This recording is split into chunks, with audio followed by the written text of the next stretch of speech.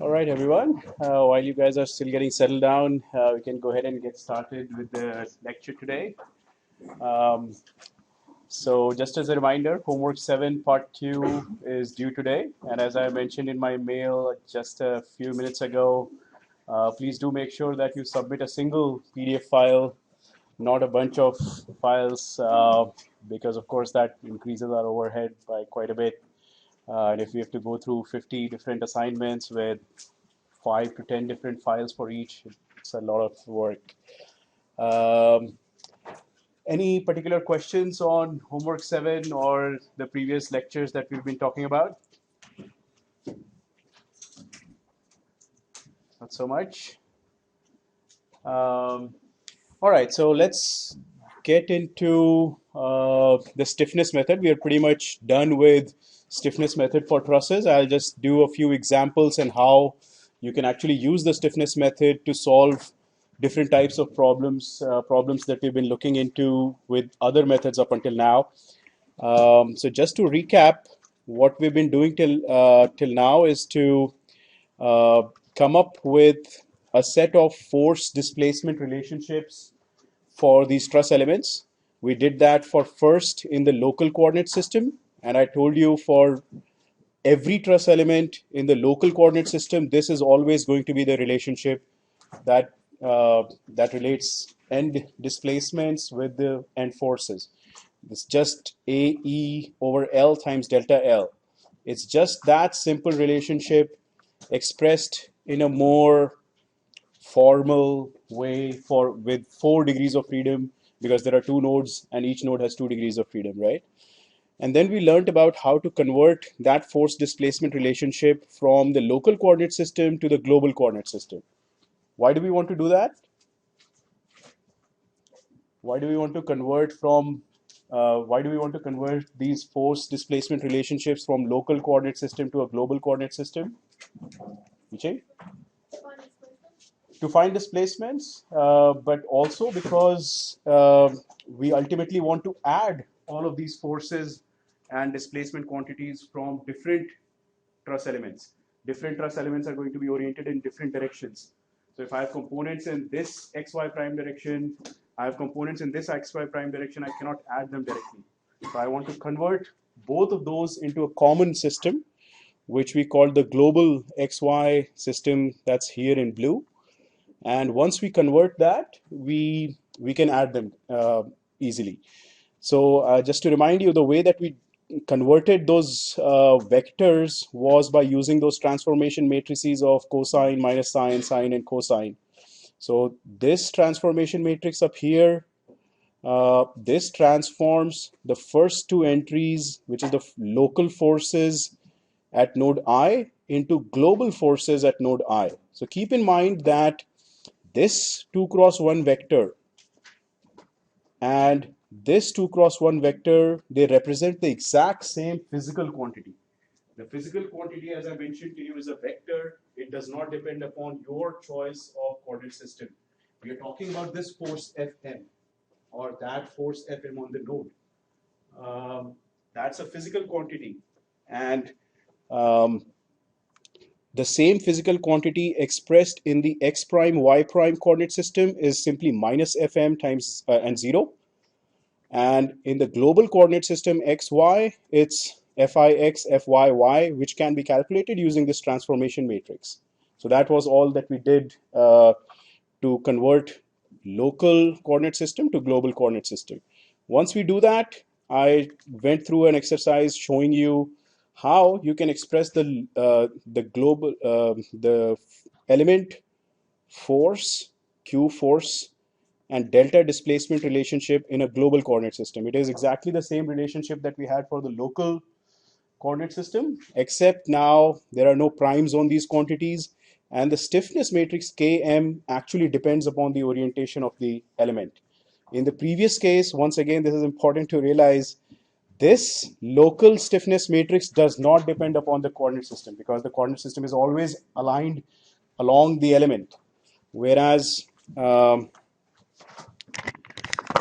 whereas the whereas the global, whereas this stiffness matrix in the global coordinate system does depend upon that, upon the choice of that coordinate system. So then finally, we were adding up all these forces to find the unknown displacements, and I showed you how to do that, and we actually did this as an in-class exercise. We ended up with a 10 cross 10 system of equations, which represents the equilibrium of this stress problem, for this stress problem. And that's about where we were last time, and we were going to learn how to solve these system of equations, because in this system of equations, I pointed out some of the reactions are unknowns and some of the displacements are unknowns. There were actually 5 free degrees of freedom for displacements and 5 specified degrees of freedom for displacements where the reactions were unknowns. So let's first actually take a look into how to construct or how to actually automate the process of generation of this stiffness matrix. This is a small truss problem which leads to a 10 cross 10 system of equations, and even that is, I would say, big enough for you to do, for you to try to do by hand. I wouldn't want to do this myself by hand, right? That's why we want to find a way to automate this process so that MATLAB or any other computer program can do it for us. And last time we said that the best way, of course, to automate it looks like a loop over the elements. And if we are going to do a loop over the elements, we can go to the right location in that big 10 cross 10 matrix and put those entries corresponding to each one of those 7 elements in this case. And I think I was in the middle of showing you the code in order to do that. So let me actually restart that code. I'll say close all figure windows are closed, clear all. It will wipe my memory clean of MATLAB, and CLC clears this command window. And at this point, I'll go to my editor, open up the truss 2D code that's given in your handout, and I showed you what all these different lines mean. Get the name of the input file, create an empty matrix, find out which are the free and the specified degrees of freedom, add the nodal loads, and then this was the element loop which we were discussing last time. So I'll run straight away to that. Truss2d1.txt was the name of the input file that we were using. And just to remind you, this truss is this truss, and that's the input file that I'm talking about. So so now as of this point in the code, line number 39, what we have is a big empty K stiffness matrix of 10 cross 10. Everything is 0 here. We have not added all our elements just yet. We have an unknown force vector. Right now everything is 0, but we'll solve for the free degrees of freedom in there. And we have a right-hand side F vector, which you can see there are 2 point loads, one on node 2 x direction and one on node 4 y direction. And that's the external loads. There are no other external loads. We have not yet solved for the reactions yet, right? So what we'll do through this loop that I'm talking about is to build this K stiffness matrix. And in order to do that, I was showing you last time when we enter, when we step into this for loop, which goes from line 39 to line 50. This for loop starts with, of course, element 1. We find the nodes connected to this element 1, which would be 1 and 2. We find the node locations of that. That's node x, y, z. And then we go and call this subroutine, truss element 2D. And just like in the previous MATLAB codes, where there was a solve truss 2D type of a subroutine, which was the main subroutine, here, this truss element 2D is this main subroutine. So all that this does is it gives you the locations of the 2 nodes. All that this subroutine wants is the location of the 2 nodes. It could be here or here or here or here, wherever. all you need is the locations of those two nodes. You need CIL. Anybody remember what this made what this variable C stored?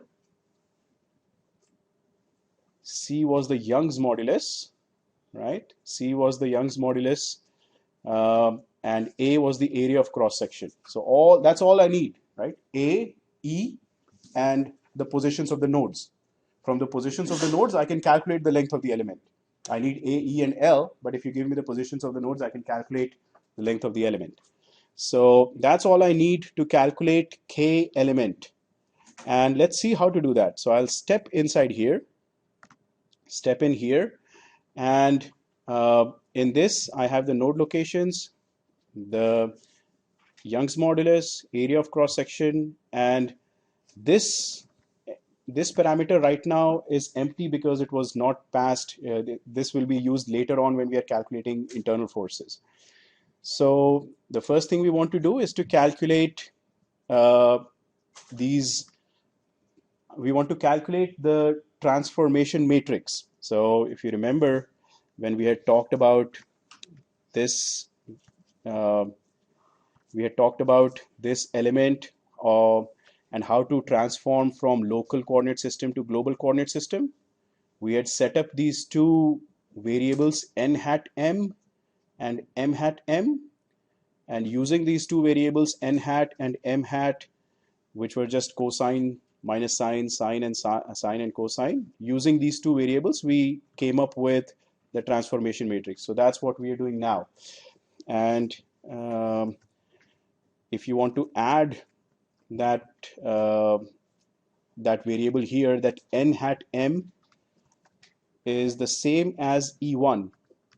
In the MATLAB code, E1 is n hat m, which, as you can see, is x coordinate of node 2 minus x coordinate of node 1, which is exactly what we had in the notes. Xj minus xi divided by length. Similarly, yj minus yi divided by length gave me the cosine value, or cosine theta y, which was the same as sine theta. So back to the code.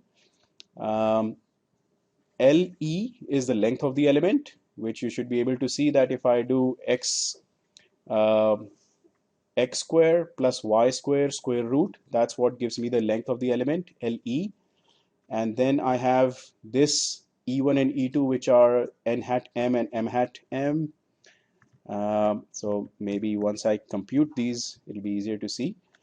In this particular case, for element 1, E1 turns out to be 1, 0. What does that physically mean?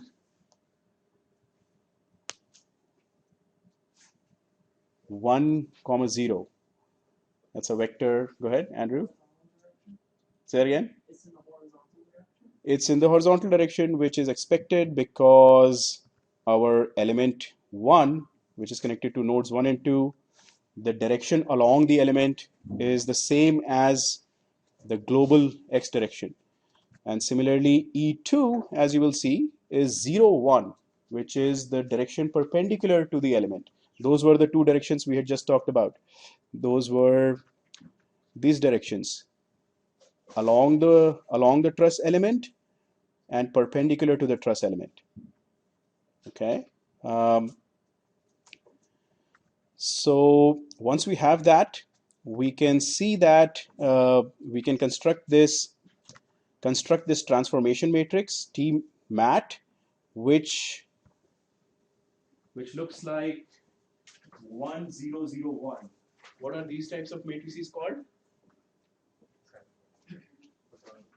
This particular matrix, yes, this is a transformation matrix, but this particular matrix 1, 0, 0, 1, what is this called? It's also symmetric, but there's a even better name. Go ahead, Spencer. Identity matrix of a 2 cross 2. It's a 2 cross 2 identity matrix, right? And any vector multiplied by an identity matrix, what do you get? The same vector back. That's the property of identity matrix. It's like multiplying a number by 1. If you multiply a number by 1, you get the same number back.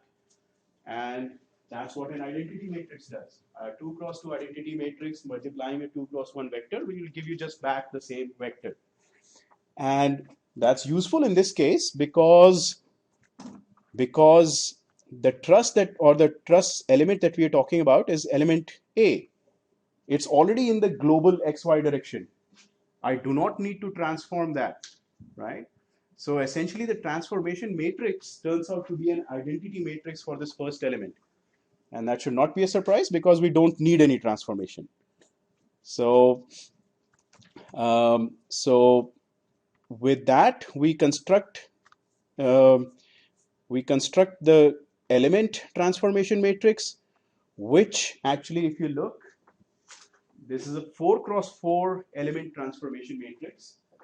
It has ones all along the diagonal, which actually you should interpret as a 2 cross 2 identity matrix there and a 2 cross 2 identity matrix here, and the off diagonals are 0.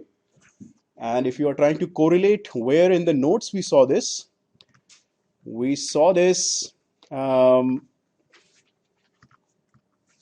right here. Transformation matrix, and 0 and 0. So we are taking the local 4 cross 1 forces, converting them to the global 4 cross 1 forces using the transformation matrix. In this particular case, the element is horizontal. We don't need a transformation matrix, so the transformation matrix turns out to be an identity. That identity matrix multiplying a local vector will give you back the same vector, which is the correct vector for the global system.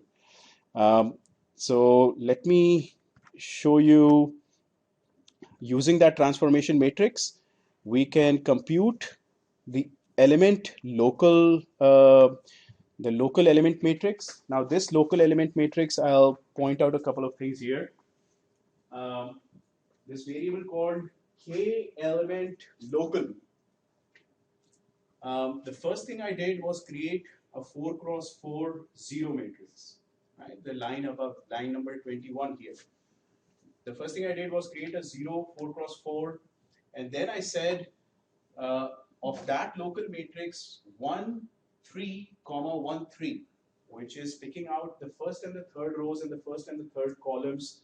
They should be equal to CA or EA over LE times 1 minus 1 minus 1 1. Where have you seen this before? What am I doing in this particular line?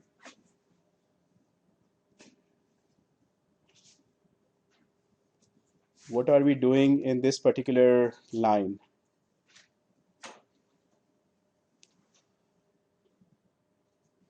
Four cross 4 stiffness matrix, and all that we did was we created this matrix, right? I said you start with everything 0 and go to the first and third rows and first and third columns and add +1 and -1.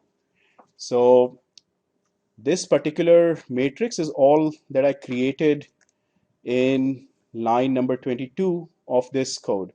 And finally, to get k element in the global coordinate system, I will do the transformation matrix times the local stiffness matrix times transformation matrix transpose. You remember this prime in MATLAB means a transpose of a matrix. So that aspect is right here.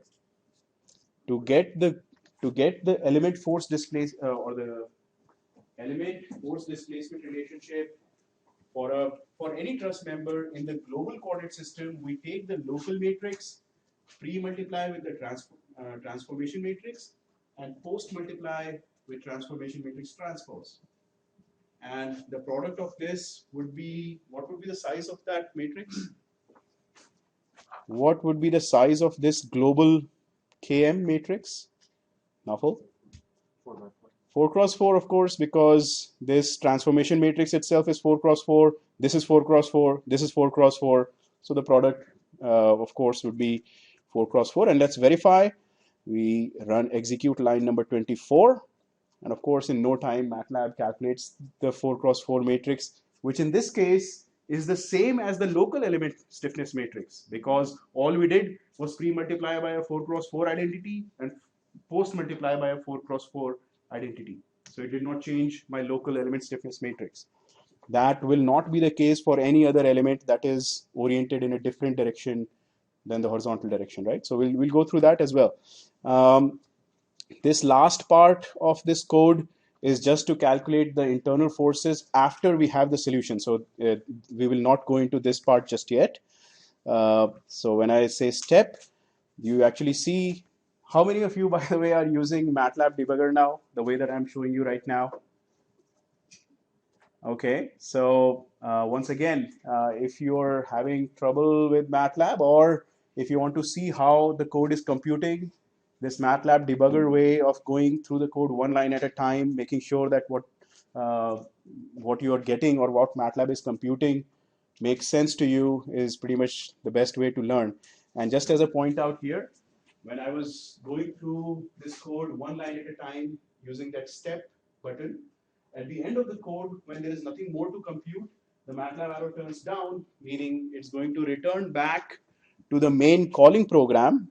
You remember we came from this particular line 44 in the main calling program. So it's done with that subroutine. And at the end of that subroutine, I have my element stiffness matrix for element 1. What I need to do now is to assemble this element stiffness matrix in the global 10 cross 10 matrix, which was the step that you guys did as an in-class exercise. Starting off with the global 10 cross 10 zero matrix, you remember we added KA11, KA12, KA21, and KA22 in that 10 cross 10. That's what is going to happen here. So in order to do that, I'm going to first find out which are the element degrees of freedom for this particular element. This particular element is connected to nodes 1 and 2. So the degrees of freedom are 1, 2, and 3, 4. Degrees of freedom for node 1, degrees of freedom for node 2.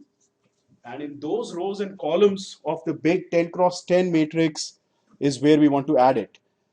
And look at this line, line number 49. This one statement goes and puts all those 16 values, I should say, all those 16 values into the correct locations. Why? Because K element right now is all zeros. And once I execute this line, at this point, let's see if I can scroll up a little bit here so that we can see the entire matrix. You can see that in the first 4 cross 4 locations of that big 10 cross 10, we have put that contribution from element 1. That's all there is to it. We will repeat that process for element 2, element 3, element 4, all the way to element 7. And at the end of that, we'll have a completely formed 10 cross 10 matrix. Now, of course, for your homeworks or exams, I would not give you something that's this big, but I can easily give you something with 2 elements maybe, which gives you a smaller matrix, 4 cross 4 or something like that, or 6 cross 6. So you need to understand this process, and you'll see the homework 8 that we'll post today does ask you to actually do all of that. So make sure you understand what's going on here. What we'll do now, let me ask you this. If I do the next step using this debugger, what will happen? Where will I go? I'm at line 50 here. Will I go to line 53?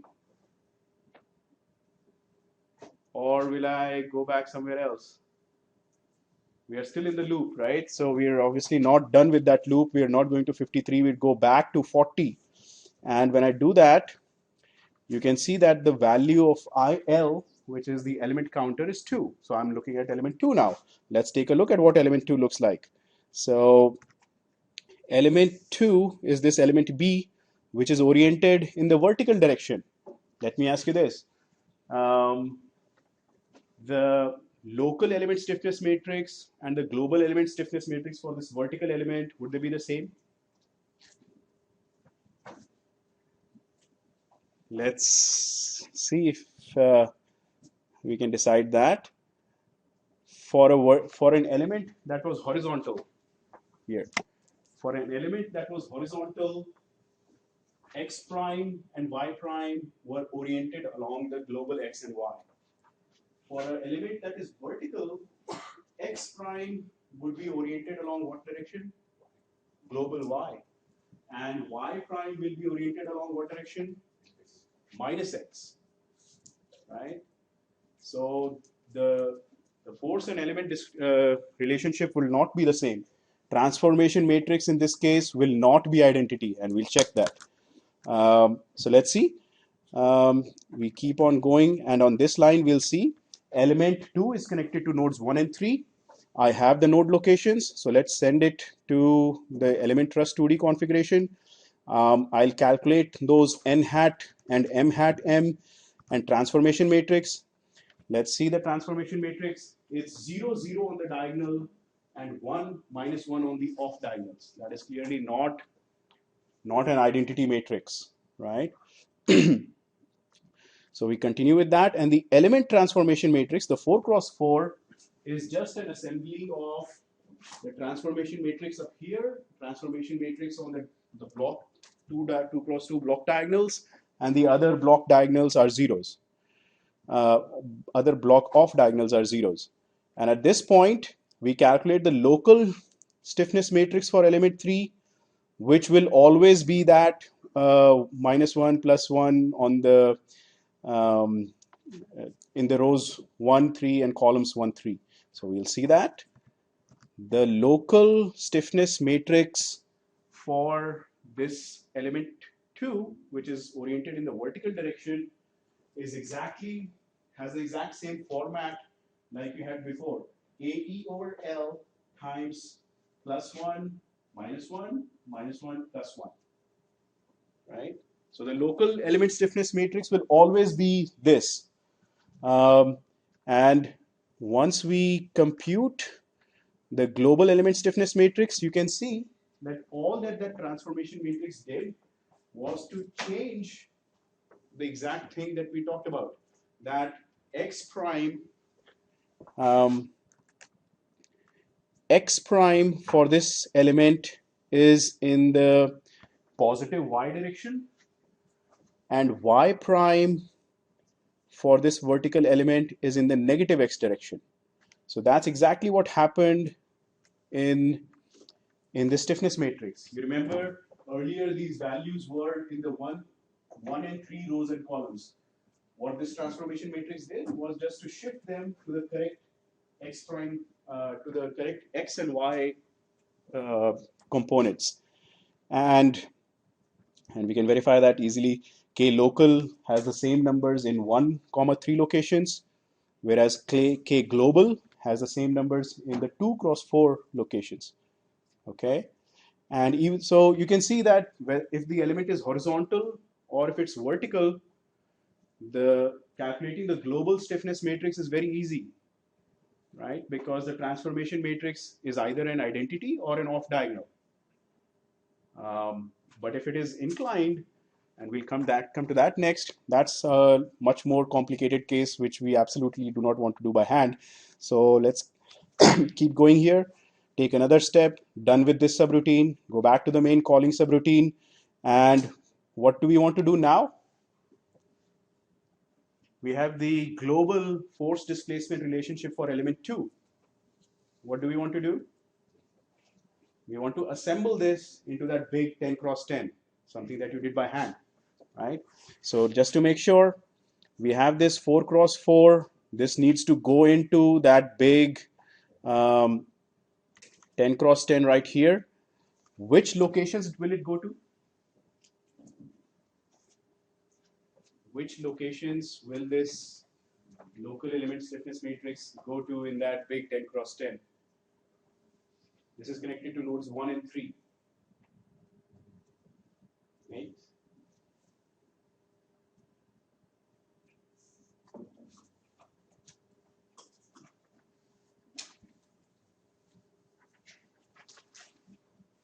Anyone?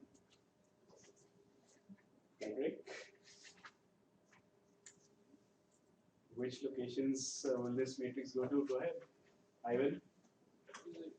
Column 2, and then row 1 and 2, and then For 3, it would be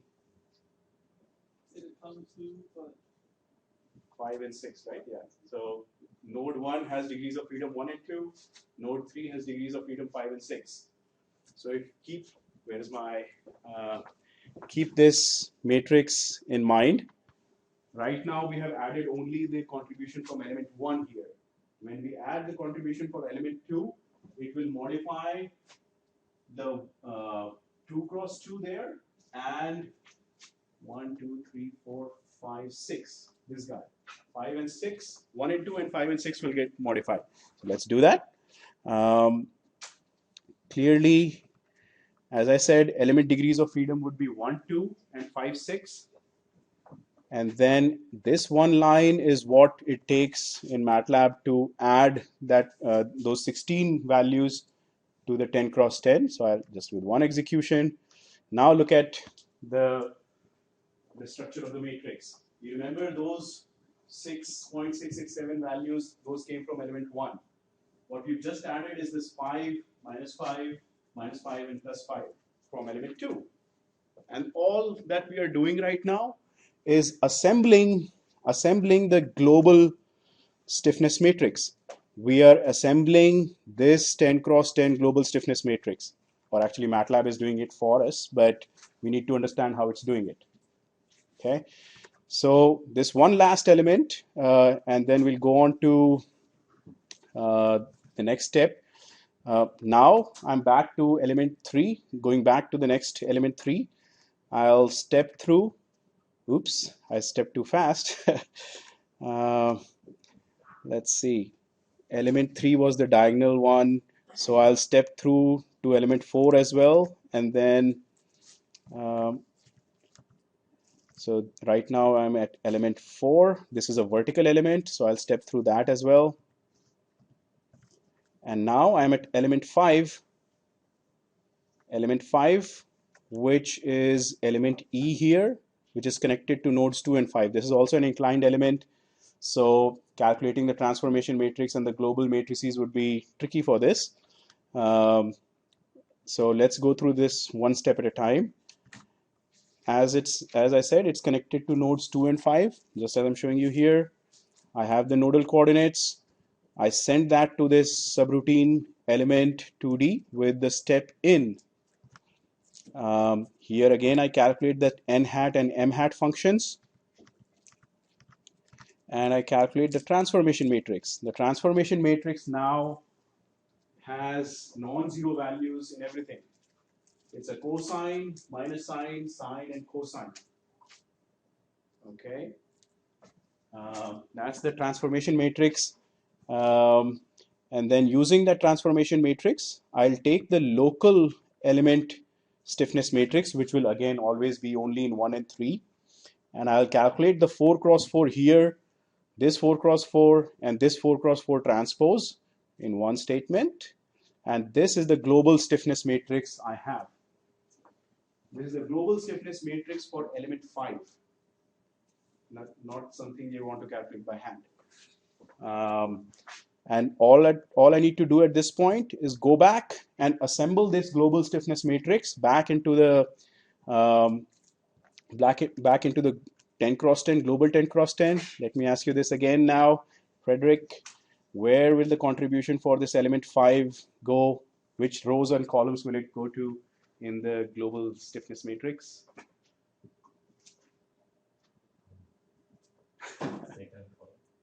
Not second row, but it's connected to nodes 2 and 5.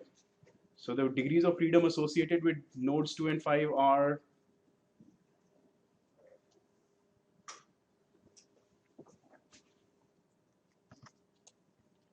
with nodes 2 and 5 are 3 and 4 and 9 and 10, right?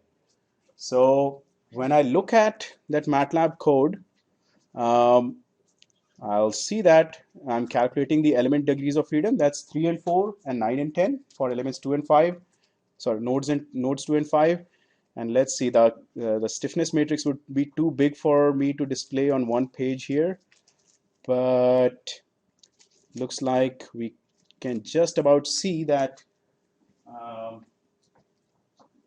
um, all the contributions from elements 1, 2, 3, 4 have been added to it. We are adding the element 5 here. So keep in mind, maybe there's a better way. What I'll do is I'll go to MATLAB and I'll go to the workspace, and this is also what you should do if you want to look at the current value of the stiffness matrix. Clearly this is a 10 cross 10 matrix.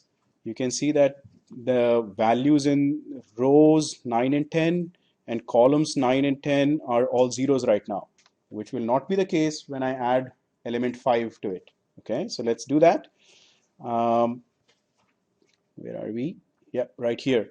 On line 49, I'll execute line 49 and go back to the workspace, and clearly those are not zeros anymore.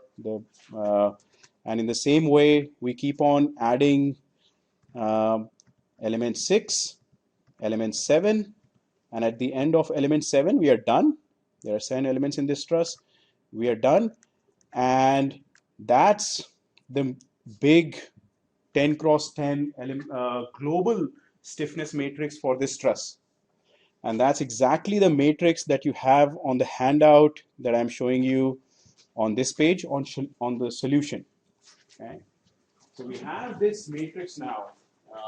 Constructing this matrix was the big step. Once we have this matrix, we know that we have 10 equations and we have 10 unknowns. If you sit down by hand, take, I don't know, a few hours, you'd probably be able to solve it. But again, this is not something we'll do by hand. We'll let MATLAB do it, and but we need to know how to get the solution, because there are some degrees of freedom in the displacements that are unknowns and some reactions that are unknowns. So how do we fix that? The idea is that we rearrange this matrix in a slightly rearrange, meaning we'll if you have 10 equations 1 through 10, it doesn't really matter if you take some equations from the bottom and put them up. It's the same set of 10 equations. The solution is not going to change, right? That's all that we're going to do by what I'm calling rearranging. So we'll take these 10 equations and all the equations that have these displacement unknowns. So we have equation 3, 4, 6, 7, and 8. 3, 4, 6, 7, and 8 are the displacement unknowns, displacement degrees of freedom. And 1, 2, 5, 9, and 10 are the reaction unknowns. So what we'll do is we'll rearrange these equations, and in order to do that, we'll have to rearrange some of these columns as well, because these values would be multiplied by the correct column up here. And in doing that, what we've done is we've arranged the matrix in such a way that the unknown displacements are at the top and the unknown reactions are at the bottom. And that's what I'm going to call the free degrees of freedom up here. So that's what this KFF stands for. So let me talk about this maybe. Global displacements at the free degrees of freedom, those are the ones that are unknowns to me right now. And global reactions at the specified degrees of freedoms are the ones that are unknown to me. Okay. I know that the displacements at the supports are 0. And I know that the forces at all the other nodes are given to me, 10 kilonewtons and minus 10 kilonewtons in those locations. So how do I solve for these two unknowns? Any ideas? I've taken that 10 cross 10 and I've arranged it in kind of like this system matrix where this df is unknown and fs is unknown. This ff is known and this ds is known.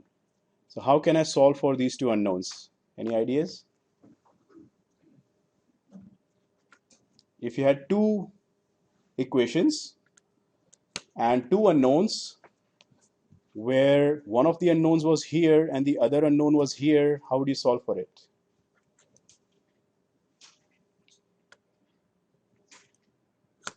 You can actually solve the first row here, right? Because in the first row, the only unknown is df. And then once you have the solution from the first row for df, you can go and plug it back into the second row to solve for the reactions. And let me write it out just so that we know how to do that.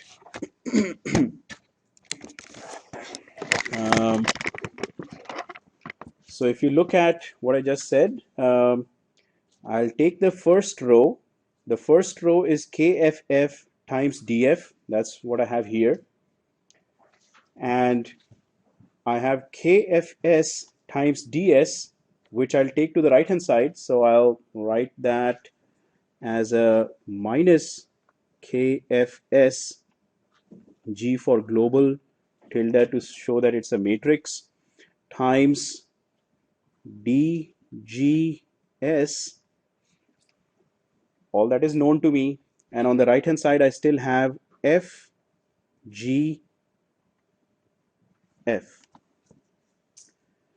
So I know the forces, right? I know this part. I know the specified displacement, which is this part. So I know everything on the right hand side. I know the matrix also. I know the entire matrix, but in particular I know this part of the matrix, which is KFF. And using that, I can solve for df, which would be equal to KFF G inverse times FFG minus KFS G times DGS, right? So that's what it amounts to solve for the 5 unknown degrees of unknown displacements, unknown displacement degrees of freedom. I'll rearrange the system of equations and invert a smaller 5 cross 5 matrix, which again, we don't invert by hand, but MATLAB does. And finally, knowing the solution from the first row, I can plug that back into the second row. So I'll write the right hand side of the second row first, and then I'll write the left hand side of that second of that equation, which would be KSFG times DGF excuse me, and plus KGSS, that's specified and specified, times DGS. So using this, using the solution from the first row, I can calculate the reactions in the second row, right?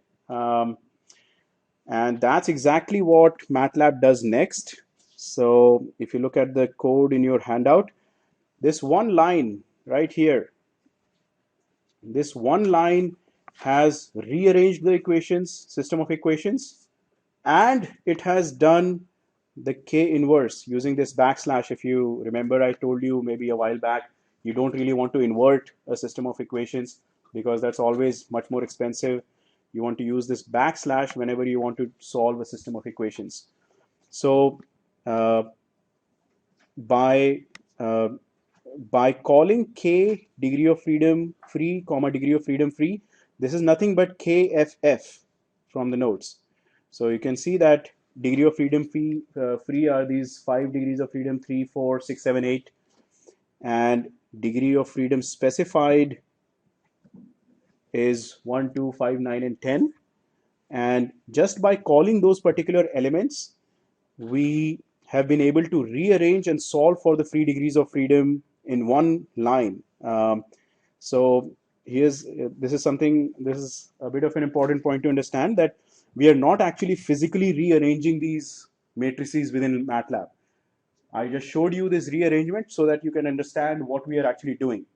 In MATLAB, we don't have to rearrange them. MATLAB can pick out the correct rows and columns that we need to solve just by using that one line command that I showed you, this guy. So when I execute this, I have my correct solution vector for all the displacements at the free degrees of freedom. Just one line in MATLAB. And then the second line in MATLAB, I'll calculate, execute this, and now I have the solution. I have the solution for all the reactions at the unknown reactions at the supports. So these two lines, 53 and 54 in the MATLAB code, are exactly these two lines in your notes. That's all that we did. Okay. And at this point, we have all the information we need. We have the displacements and the forces. So displacements at all the unknown or the free degrees of freedom. We have the forces, which include the support reactions at all the at the supports. So at this point, we are ready to keep on proceeding with the rest of the code that I'll just quickly describe to you. So check for very small displacements. That we can skip quickly to this point. So let me just go to that point. This says display the displacement vector. Okay, let's go back and check to the command window. This is my command window. I clearly displace the displacement vector and display the reactions or the force vector. So execute that and go back to the command window and see we have reactions force vector. And finally, an extra step here with the stiffness method is computation of member forces. So this, if you remember, when we talked about the force method or the MATLAB program that you used for homework 7, when you solve that, the system of equations with the force method, you already get the internal forces, including any redundant forces that you might have.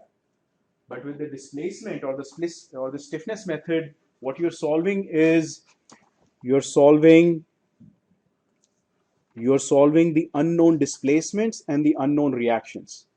You do not get internal member forces directly.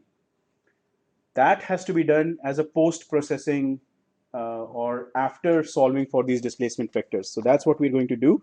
And that's not too complicated. It'll take me only 2 minutes to do that, so it's good. So in order to compute element forces, let's take a look at this example. I'll step in here. I'll go to each element. I'll need an element loop. I have 7 elements. I want to calculate all the internal forces in those. So I'll need a loop that runs 7 times. For element 1, I know which nodes it's connected to, 1 and 2. I know the locations of those nodes, and I know the element degrees of freedom, which is 1, 2, 3, 4 in this particular case. And then I'll send this back to the same element 2D subroutine, this time with the solution. So I have this extra term in here.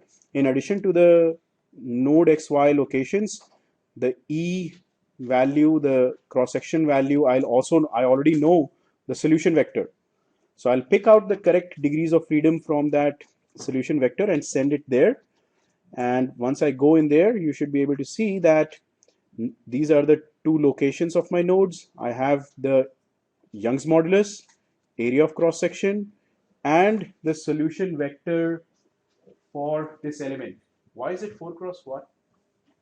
Why is the solution vector for this element 4 cross 1?